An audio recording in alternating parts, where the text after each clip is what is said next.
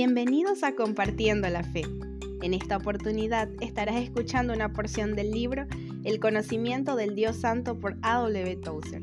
Cada capítulo cuenta con una breve oración antes del contenido del mismo.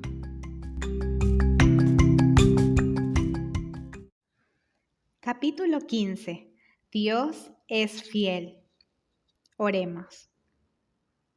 Es bueno darte gracias y cantar alabanzas a tu nombre, oh Altísimo. Mostrar por la mañana tu misericordia y tu fidelidad cada noche. Así como tu Hijo, mientras estuvo en la tierra, te fue leal a ti, su Padre Celestial, así ahora, en el cielo, nos es fiel a nosotros, sus hermanos terrenales. Y sabiendo esto, seguimos adelante, llenos de seguridad y esperanza, por todos los años y los siglos que falten por venir.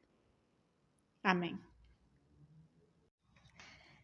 Tal como hiciera destacar anteriormente, los atributos de Dios no son rasgos aislados de su personalidad, sino facetas de su ser unitario. No son cosas en ellas mismas, sino más bien pensamientos con los que pensamos en Dios, aspectos de un todo perfecto, nombres dados a cuanto sabemos que es cierto con respecto al ser divino. Para tener una comprensión correcta de los atributos es necesario que los veamos todos en unidad.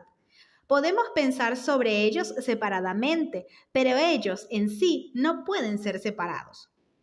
Es imposible que todos los atributos asignados a Dios difieran entre sí en la realidad, por razón de la simplicidad perfecta de Dios, aunque nosotros usemos diferentes formas, palabras diversas sobre Dios, dice Nicolás de Cusa.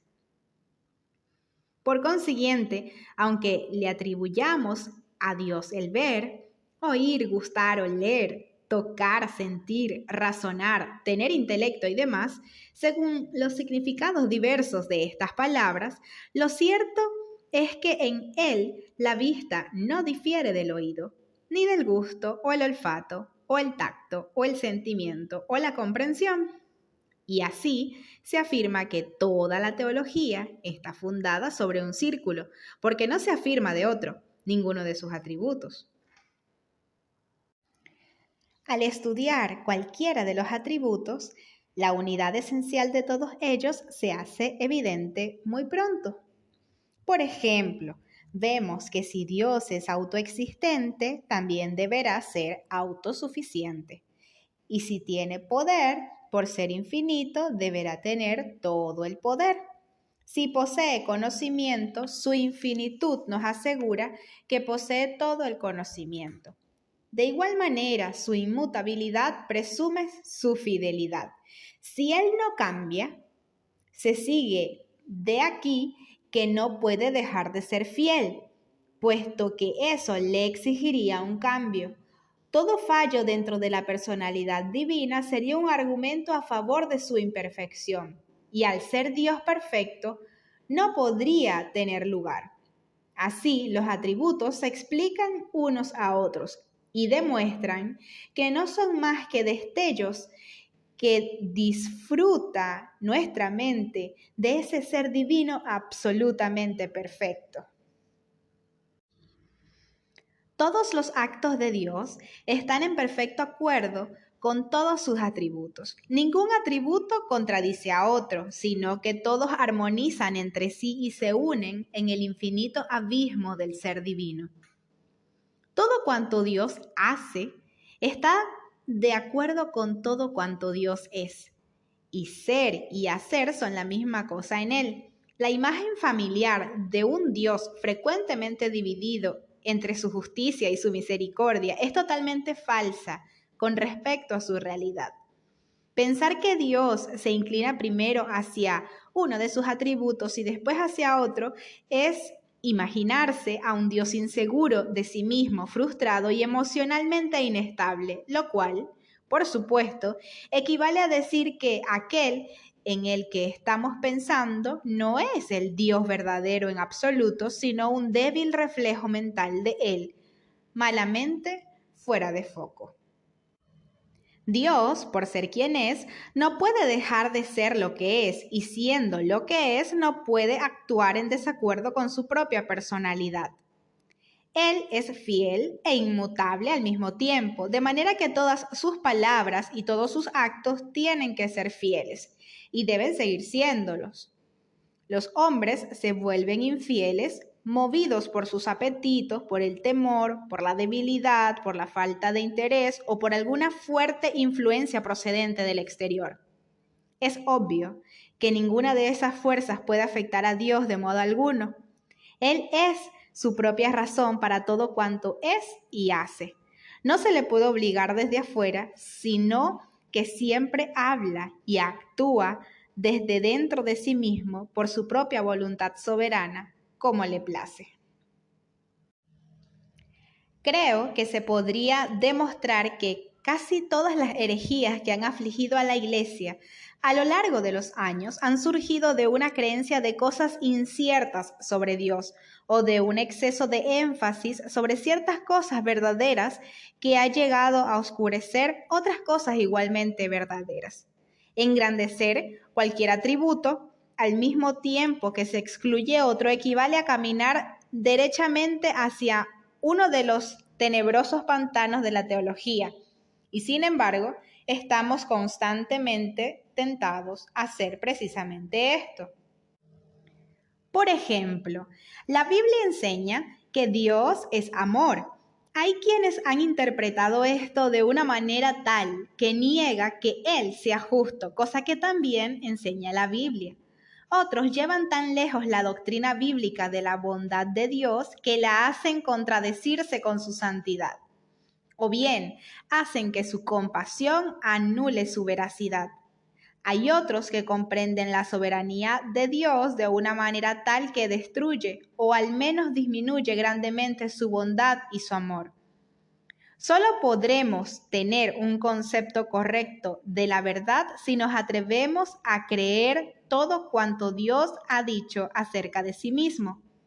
Es una grave responsabilidad la que el hombre toma sobre sí cuando se pone a corregir la autorrevelación de Dios de tal forma que saca de ella aquellos rasgos que a él, en su ignorancia, le parecen objetables. Con toda seguridad deberá caer una ceguera parcial sobre todo aquel lo suficientemente presuntuoso como para atentar algo así. Y es algo totalmente innecesario. No tendremos por qué temer cuando dejemos que la verdad permanezca tal y como está escrita. No hay conflicto alguno entre los atributos divinos. El ser de Dios es unitario. Él no puede dividirse a sí mismo y actuar en un momento dado impulsado por uno de esos atributos, mientras los demás permanecen inactivos. Todo lo que Dios es deberá concordar con todo lo que Dios hace.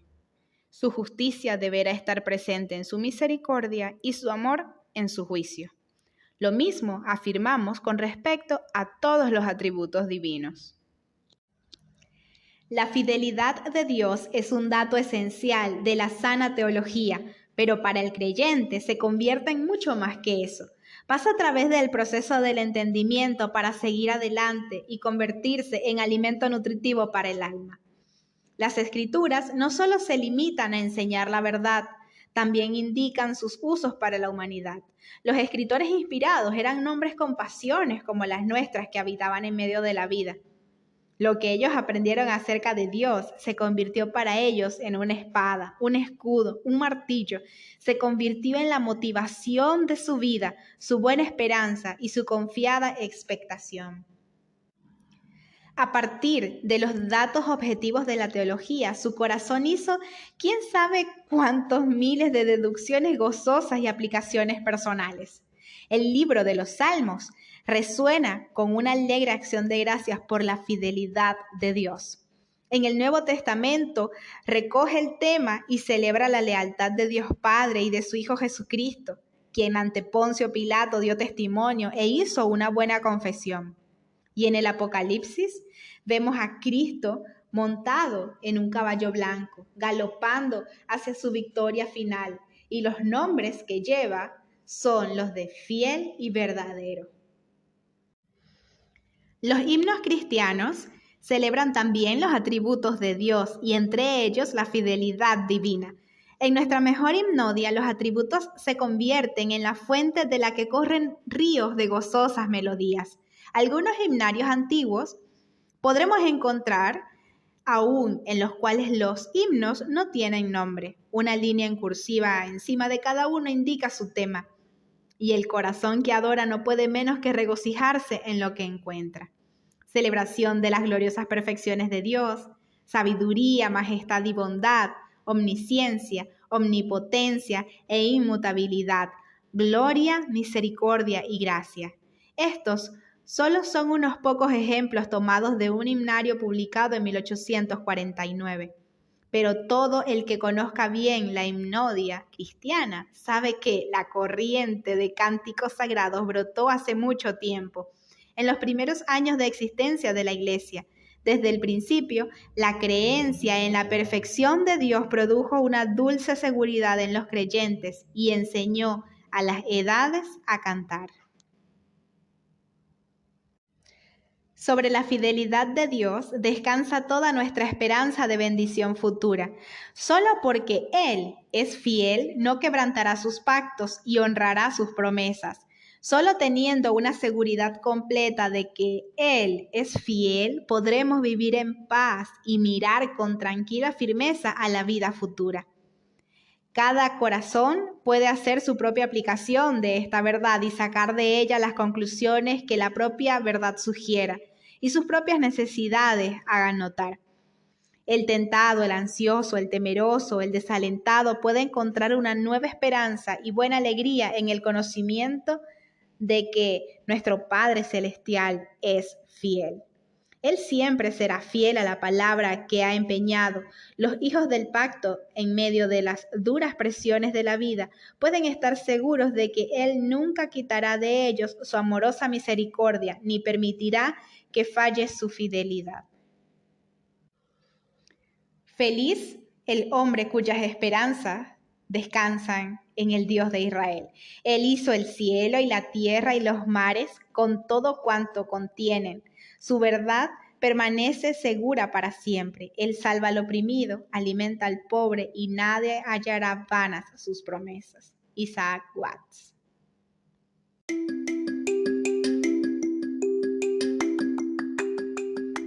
Estuviste escuchando una porción del conocimiento del Dios Santo por A. W. Tozer.